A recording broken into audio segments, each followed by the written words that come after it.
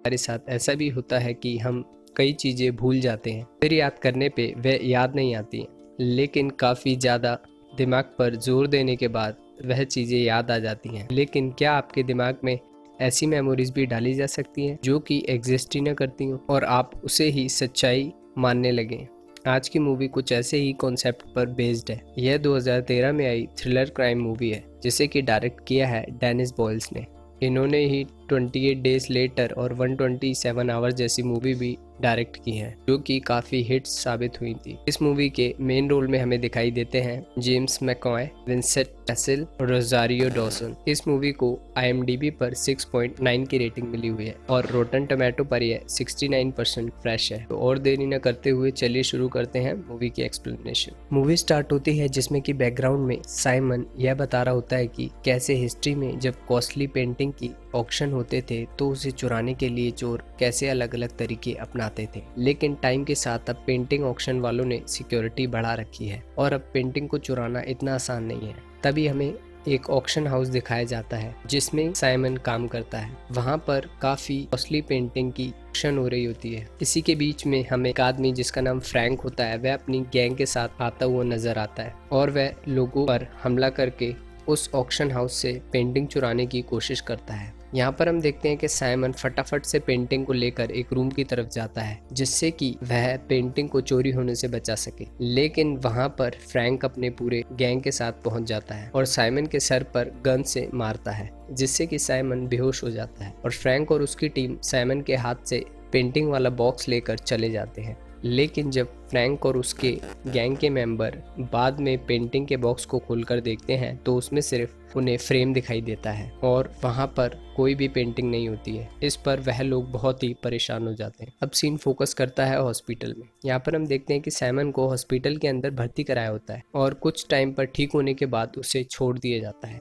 इसके बाद साइमन अपने घर जाता है और देखता है कि उसकी कार और घर का सामान सारे तरफ फैला हुआ है और इससे पहले कि वह कुछ समझ पाए वह देखता है कि फ्रैंक और उसकी गैंग के मेंबर उसके पास आ गए हैं और वह उससे पेंटिंग के बारे में पूछते हैं। लेकिन साइमन के सर पर चोट लगने की वजह से उसे एक तरह का एमनीशिया हो जाता है जिससे कि वह उस पेंटिंग वाले दिन की मेमोरीज को ठीक से याद नहीं कर पाता और वह यह भी नहीं बता पाता कि उसने पेंटिंग के साथ क्या किया है। लेकिन इसी के साथ एक शॉकिंग फैक्ट भी हमें यहाँ पर देखने को मिलता है इसमें कि हमें पता चलता है कि साइमन भी फ्रैंक और उसकी गैंग के साथ मिला हुआ था और उन लोगों ने इस पेंटिंग को चुराने के लिए पहले से प्लान बनाया था। लेकिन साइमन के सर में चोट लगने की वजह से अब वह इस सिचुएशन में नहीं होता कि वह ये बता सके कि उसने पेंटिंग के साथ क्या किया था। और जब फ्रैंक और उसकी गैंग के मेंबर साइमन से दोबारा पेंटिंग के बारे में पूछते हैं तो वह बताता है कि उसे पेंटिंग वाले दिन के बारे में कुछ भी याद नहीं आ रहा है। इस पर वह लोग सोचते हैं कि यह नाटक कर रहा है और पेंटिंग को बेचने के चक्कर में यह उस पेंटिंग का पता नहीं बता रहा है। इस पर फ्रैंक और उसकी गैंग के मेंबर साइमन को एक जगह पर ले जाते हैं जहां पर वे उसे टॉर्चर करते हैं और फिर से पेंटिंग के बारे में पूछते हैं। लेकिन साइमन को पेंटिंग के बारे में कुछ भी याद नहीं आ रहा होता। इस पर फ्रैंक को लगता है कि शायद साइमन ठीक कह रहा है और वह उसे लेकर डॉक्टर के पास जाता है। जब डॉक्टर उसका MRI करते हैं तो वह पाते हैं कि साइमन के सर में चोट लगने की वजह से उसे माइल्ड एमनीशिया हो गया है। इसकी वजह से शायद उसकी मेमोरी में कुछ ब्लॉकेजेस आ गए हैं और वह फ्रैंक को बताता है कि उसे एक हिप्नोथेरेपिस्ट की मदद लेनी चाहिए और उससे शायद साइमन की मेमोरीज को वापस लाया जा सकता है। और यहाँ पर हम देखते हैं कि फ्रैंक साइमन को कई सारे हिप्नोथेरेपिस्ट की लिस्ट दिखाता है और उनमें से एक को चूज करने को बोलता है। फिर उनमें से साइमन एक हिप्नोथेरेपिस्ट जिसका नाम डॉक्टर एलिजाबेथ होता है उसको अपॉइंटमेंट के लिए बोलता है। अब यहाँ पर साइमन अपना नाम बदल कर और अपने शर्ट में एक माइक्रोफोन लगाकर डॉक्टर एलिजाबेथ से मिलने के लिए जाता है और यहाँ पर बाहर फ्रैंक और उसकी गैंग के मेंबर कार में उन दोनों की कन्वर्सेशन सुन रहे होते हैं। यहाँ पर साइमन डॉक्टर एलिजाबेथ से कहता है कि उसे उसकी कार की चाबी नहीं मिल रही है और वह याद नहीं कर पा रहा है कि उसने उसे कहाँ रख दिया है। फिर भेजती हैं और इससे साइमन यह पता लगाने में सक्सेसफुल हो पाता है कि उसने कार की कीज को कहाँ पे रखा है और वह जैसे ही कुछ बताने के लिए आगे बढ़ता है उसके स्पीकर में फ्रैंक की आवाज आ जाने से वह हिप्नोसिस से बाहर चला जाता है। और यहाँ पर फ्रैंक और उसकी टीम को पता चलता है कि हिप्नोसिस से ही वह लोग उस पेंटिंग का पता लगा सकते हैं क्योंकि जिस कार की कीज को साइमन हिप्नोसिस में पता लगा रहा था वह साइमन सही में रखकर कहीं भूल गया था अब यहाँ पर अगले सीन में हमें दिखाया जाता है कि डॉक्टर एलिजाबेथ साइमन का असली नाम पता लगाने में कामयाब हो जाती हैं और वह नेट पर रिसर्च करके साइमन और पेंटिंग की चोरी का भी आइडिया लगा लेती हैं। इस सीन में थोड़ा सस्पेंस होता है क्योंकि डॉक्टर एलिजाबेथ को साइमन अपना नाम बदल कर मिला था और साइमन ने डॉक्टर एलिजाबेथ को अपना नाम मैक्सवेल बताया था, लेकिन हमें अभी यह समझ नहीं आता कि एलिजाबेथ को साइमन का असली नाम कैसे पता चला। दोबारा जब साइमन डॉक्टर एलिजाबेथ के पास जाता है और डॉक्टर एलिजाबेथ को पहले से ही पता होता है कि साइमन अब पेंटिंग के बारे में उनसे पूछना चाहता है, इसीलिए वह एक रिकॉर्डिंग चला देती हैं और साइमन को चुप रहने के लिए कहती हैं क्योंकि डॉक्टर को उसके शर्ट में लगे हुए माइक्रोफोन के बारे में पता हो जाता है। और यहाँ डॉक्टर साइमन से पहले ही रेडी किए हुए क्वेश्चन जो कि पेपर में लिखे होते हैं उनसे हाँ या ना में जवाब देने के लिए बोलती हैं। और जैसे ही डॉक्टर एलिजाबेथ को पता चलता है कि साइमन को यहाँ पर एक गैंग ने भेजा है तो वह साइमन के माइक्रोफोन को निकाल कर उस पे कहती हैं कि उसे सब कुछ पता चल गया है। इस पर वह फ्रैंक और उसकी गैंग से कहती हैं कि वह उससे मिलना चाहती हैं। फिर हम देखते हैं कि डॉक्टर एलिजाबेथ फ्रैंक और उसकी गैंग के लोगों से मिलती हैं और वह पेंटिंग को ढूंढने के बदले में एक डील करना चाहती हैं जिसमें वो कहती हैं कि उन्हें भी पेंटिंग के शेयर्स में कुछ हिस्सा चाहिए। इस पर फ्रैंक उसे अपने गैंग में शामिल कर लेता है। अब यहाँ एलिजाबेथ साइमन को फ्रैंक और उसकी टीम के सामने ट्रांस या फिर यूं कहें डीप हिप्नोसिस में डाल देती हैं, लेकिन डीप हिप्नोसिस में होने के बाद भी फ्रैंक की टीम ने जो साइमन पर टॉर्चर किया होता है उसकी वजह से वह अपनी डीप हिप्नोसिस स्टेट से उठ जाता है। फिर हम देखते हैं कि यहाँ पर साइमन और एलिजाबेथ अकेले में बात कर रहे होते हैं। यहाँ पर साइमन डॉक्टर को बताता है कि उसे गैम्बलिंग का एडिक्शन है और पेंटिंग की चोरी का प्लान भी उसने फ्रैंक के साथ मिलकर इसीलिए बनाया था ताकि वह पेंटिंग से मिले हुए पैसों से अपने गैम्बलिंग के कर्ज को चुका सके। और वह डॉक्टर एलिजाबेथ को यह भी बताता है कि उसे डर है कि फ्रैंक और उसकी गैंग के लोग उसे पेंटिंग मिलने के बाद मार देंगे। इसके बाद डॉक्टर एलिजाबेथ फ्रैंक को यह बताती है कि हमें साइमन को यह यकीन दिलाना होगा कि वो और उसकी टीम के लोग भी एक नॉर्मल ह्यूमंस की तरह हैं, जिससे कि उसके दिमाग में से उन लोगों के लिए जो डर है वह निकल सके। फिर यहाँ पर डॉक्टर एलिजाबेथ फ्रैंक और उसकी गैंग के मेंबर को हिप्नोसिस में डालती हैं, जहाँ पर वह कुछ ऐसा करती हैं कि जिससे उनकी टीम का मेंबर बहुत ज्यादा परेशान हो जाता है। और यहाँ पर उसे देखकर साइमन खुश हो जाता है और उसे लगने लगता है कि यह भी जस्ट एक नॉर्मल ह्यूमंस ही है और इनसे डरने की जरूरत नहीं है। अब दोबारा डॉक्टर एलिजाबेथ साइमन को हिप्नोसिस से उस पेंटिंग वाले दिन की मेमोरीज में ले जाती हैं, जहां पर साइमन डीप हिप्नोसिस में यह बताता है कि उसने पेंटिंग को फ्रैंक को देने से पहले ही फ्रेम से काट कर अलग कर दिया था और उसे अपने कोट में छुपा लिया था और खाली फ्रेम को बॉक्स में रख दिया था जिसे फ्रैंक लेकर चला गया था। लेकिन जब साइमन के सर पे चोट लगी होती है तो वह उसी बेहोशी की हालत में रोड पर निकल जाता है और उसको एक कार टक्कर मार देती है और वह स्लीप में यह बताता है कि उस कार को एलिजाबेथ चला रही थी। साइमन की इस बात को सुनकर सभी लोग बड़े ही हैरान हो जाते हैं। इस पर डॉक्टर एलिजाबेथ कहती हैं कि ऐसा इसलिए हो रहा है कि साइमन की मेमोरीज मिक्स हो रही हैं। फिर डॉक्टर यह बताती है कि शायद ऐसा इसलिए हो रहा है कि साइमन उससे अटैच फील कर रहा है और इस चीज को सही करने के लिए वह साइमन को फ्रैंक और उसकी गैंग के मेंबर के सामने एमआरआई में लाकर कुछ प्रोसेसेस करती हैं, जिससे कि साइमन की मेमोरी से डॉक्टर एलिजाबेथ पेंटिंग वाले मेमोरीज मिक्स ना हो। और वह फ्रैंक को बताती हैं कि साइमन लगता है कि उससे ऑब्सेस्ड हो गया है और वह फ्रैंक के सामने साइमन के साथ फिजिकल होने का प्रपोजल रखती हैं, लेकिन फ्रैंक इसके लिए मना करता है और फिर एलिजाबेथ और फ्रैंक में बहस हो जाती है। फिर दोनों एक दूसरे को किस करने लगते हैं और फिर फिजिकल हो जाते हैं, लेकिन उन्हें ऐसा करता हुआ देख फ्रैंक की टीम का एक मेंबर देख लेता है और वह यह सारी बात जाकर साइमन को बता देता है। अब यहाँ पर साइमन एलिजाबेथ से फ्रैंक के साथ फिजिकल होने की बात को लेकर लड़ने लग जाता है। इसके बाद हम देखते हैं कि दोनों शांत हो जाते हैं और दोनों इंटीमेट होने लगते हैं, लेकिन इन दोनों की बातों को फ्रैंक बाहर सुन रहा होता है। अगली सुबह साइमन गैंग मेंबर के साथ फ्रैंक के घर में जाकर दोबारा उसी पेंटिंग वाले इवेंट के बारे में बात करने के लिए जमा होता है और यहाँ पर जब साइमन पानी पीने के लिए जाता है तो वह चुपके से गैंग के मेंबर की बातें सुन लेता है और उसे पता लगता है कि गैंग के मेंबर उसे मारने का प्लान बना रहे होते हैं। यहाँ पर साइमन चुपचाप डॉक्टर को कॉल करता है और उसे कहता है कि अब उसे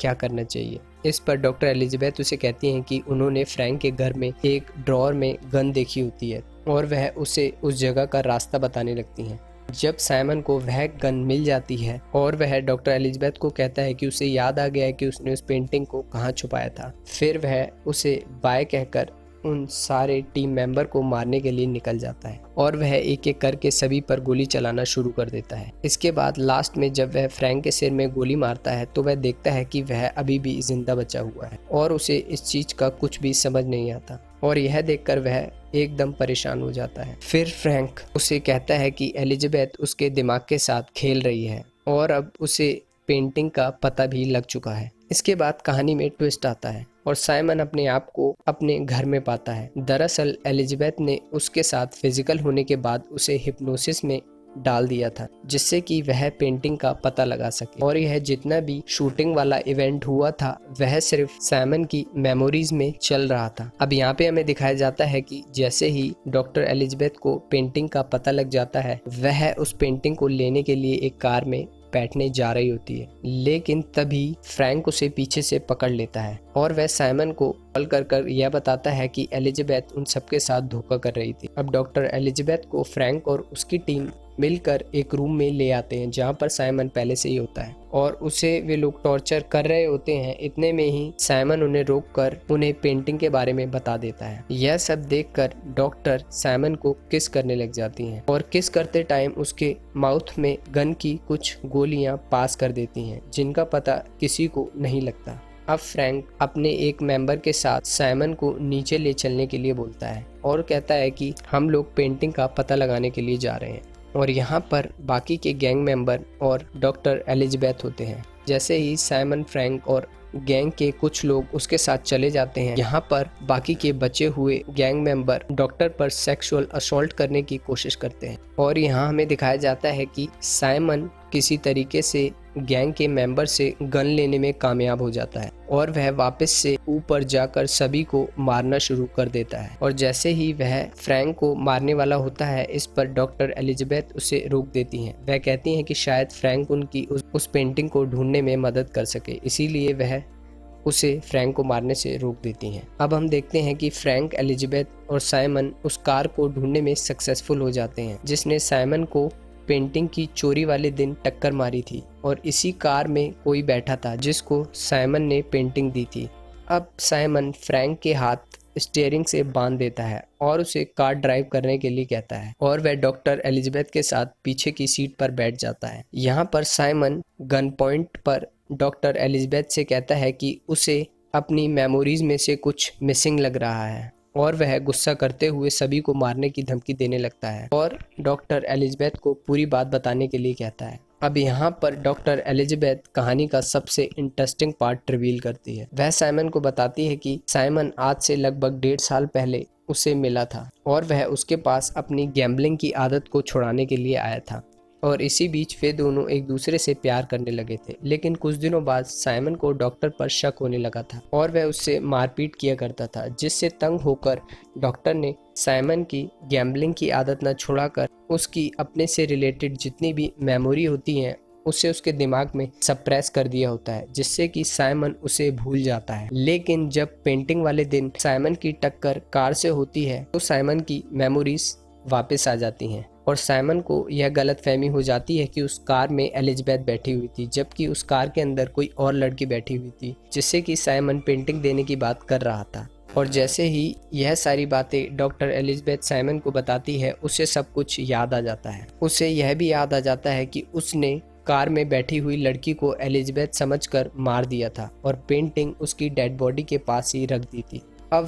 वह फ्रैंक को गाड़ी रोकने के लिए बोलता है और डॉक्टर एलिजाबेथ और साइमन गाड़ी से उतरकर कार की ट्रंक के पास जाते हैं और जैसे ही वह लोग उसे खोलते हैं वह देखते हैं कि उसमें एक लड़की की डेड बॉडी पड़ी होती है जो कि काफी डिकम्पोज हालत में होती है। उसे देखकर डॉक्टर एलिजाबेथ बहुत ज्यादा घबरा जाती है और साइमन उसकी डेड बॉडी के पास से उस पेंटिंग को निकालता है। इसके बाद साइमन उस पेंटिंग को डॉक्टर एलिजाबेथ को दे देता है और उसे वहां से जाने के लिए कहता है। फिर वह गाड़ी में से पेट्रोल निकालकर उसको पूरी गाड़ी पर छिड़क देता है और खुद थोड़ी दूर पर खड़ा होकर पेट्रोल में आग लगा देता है, जिससे कि वह पूरी गाड़ी जलना स्टार्ट हो जाती है। यहाँ पर हम देखते हैं कि डॉक्टर एलिजाबेथ भागकर एक दूसरी कार में जाकर बैठ जाती है और वह अपनी कार को बहुत स्पीड में साइमन की तरफ ला रही होती है और उससे वह साइमन को टक्कर मार देती है। साइमन को अपनी गाड़ी से कुचलने के बाद वह फ्रैंक की गाड़ी को टक्कर मारती है और उसकी गाड़ी को वह पुश करते हुए एक लेक में गिरा देती है। यहाँ पर हम देखते हैं कि फ्रैंक की गाड़ी में जो आग लगी हुई थी वह पानी में गिरने की वजह से बंद हो जाती है और फ्रैंक किसी तरीके से अपने आप को बचाने में कामयाब हो जाता है। और यहाँ पर डॉक्टर एलिजाबेथ फ्रैंक को अपनी कार में देख रही होती है और फिर वह वहाँ से चली जाती है। और यहाँ पर हम देखते हैं कि गाड़ी से टक्कर लगने की वजह से साइमन मर जाता है। अब मूवी के लास्ट सीन में हमें दिखाया जाता है कि फ्रैंक के पास कुछ महीने बाद एक पार्सल आता है जिसमें कि एलिजाबेथ का एक वीडियो होता है और वह उसमें बताती है कि अब उसके पास वह पेंटिंग है। और यहाँ पर वह अपने पूरे प्लान को रिवील करती है। वह बताती है कि उसी ने साइमन के दिमाग में पेंटिंग को चोरी करने का आइडिया इम्प्लांट करा था और यह सब किया हुआ उसी का रहता है।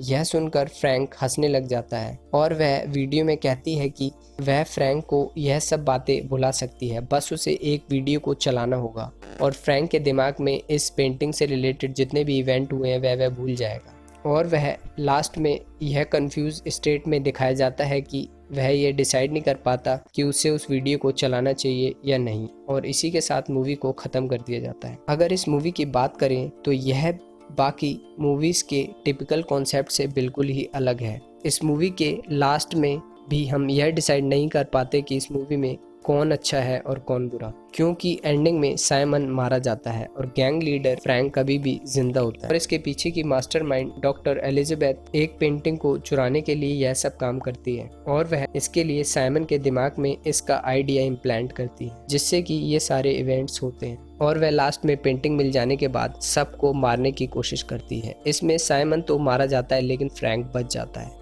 लेकिन फिर भी वह इन सब चीज़ों से बच कर निकल जाती है। तो आपको ये मूवी कैसी लगी आप हमें कमेंट बॉक्स में लिख कर बता सकते हैं और ऐसी ही कुछ इंटरेस्टिंग मूवीज़ के लिए हमारे चैनल को सब्सक्राइब कर सकते हैं।